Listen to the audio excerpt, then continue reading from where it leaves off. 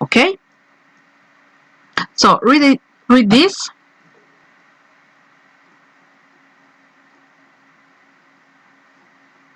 Okay, so if you identify this, then we can start watching some examples and then analyzing how we can use simple past and past progressive or continuous.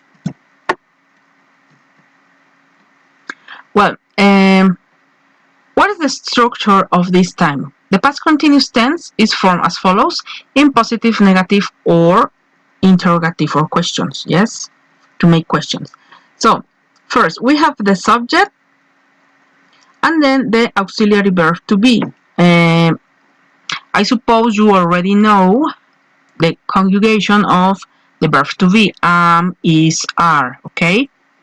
Then we have the gerund. The gerund is that verb that you add ing, yes? And then you may have complement 1, complement 2, etc. So you have the complement.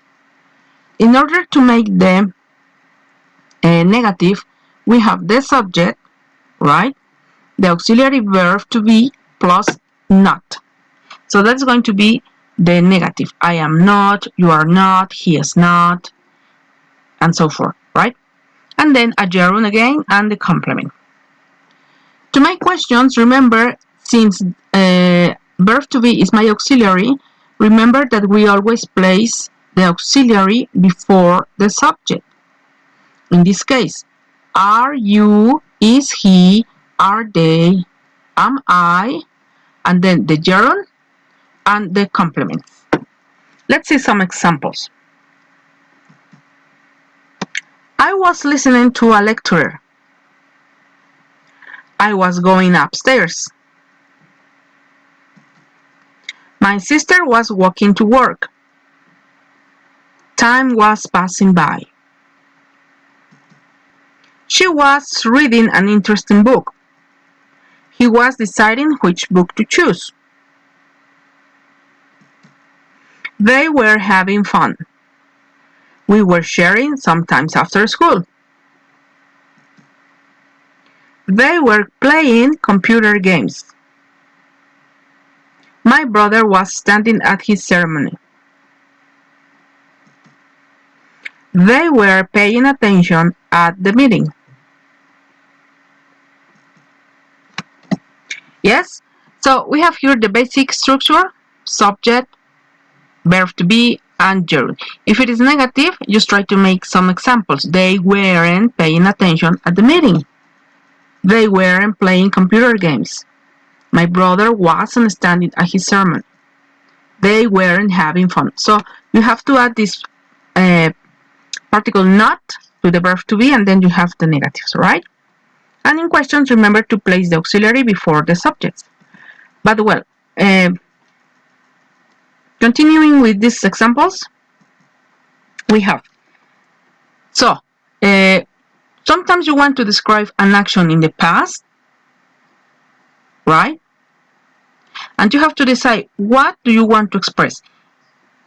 An action that was going on or an action that took place, right?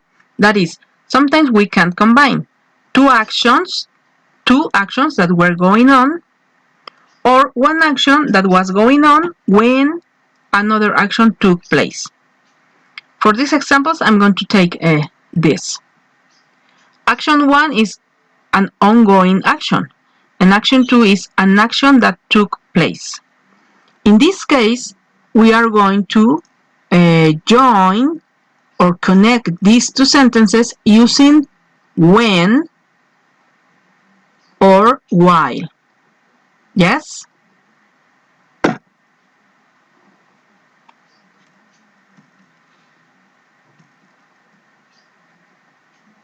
So we can complete with it like this. I was listening to a lecturer when, and then in this part, I have to say what happened there. I was going upstairs when, and then mention one action that happened.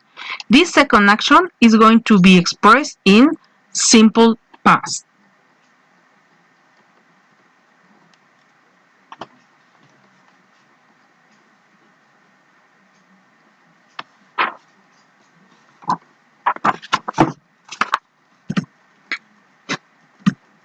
Okay, so I'm going to tell you some examples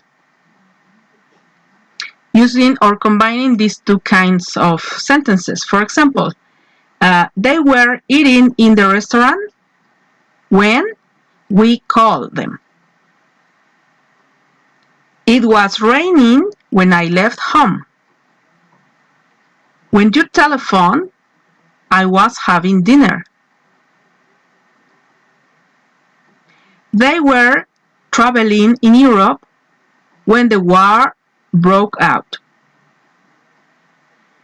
The baby was sleeping soundly when I went to wake him. He was ordering breakfast when I went to his hotel room. I got sick while we were driving to Mexico. He was working in California when his father died. I was taking a nap when you called. Yes? So, as you could listen, I established first an ongoing action, and then an action that took place. That is the second event. Okay? So, according to these examples I gave you, now try these examples. Try to complete these sentences, right? Well, these are the first two I told you.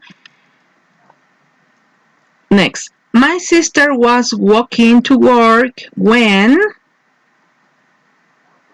time was passing by when she was reading an interesting book when he was deciding which book to choose when they were having fun when we were sharing some time after school when they were playing computer games when my brother was standing at his ceremony when they were paying attention at the meeting when.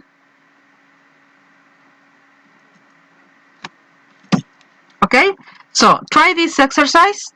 Just remember, the second sentence you are going to add must be in simple past. Just check that you are using the verb in past simple, right, or simple past. And you can add a negative or positive sentence after this. Okay. Well, so that's all for today. Try to check this exercise. If you have any questions or you want to participate, giving examples, you can add them here in the chat. And then I'll see you on next session to for a final review about the topic simple past, past continuous, and to check the three forms: positive, negative, and questions, right? Okay, so have a nice day, and I hope you are having fun working or enjoying your work at home. See you then.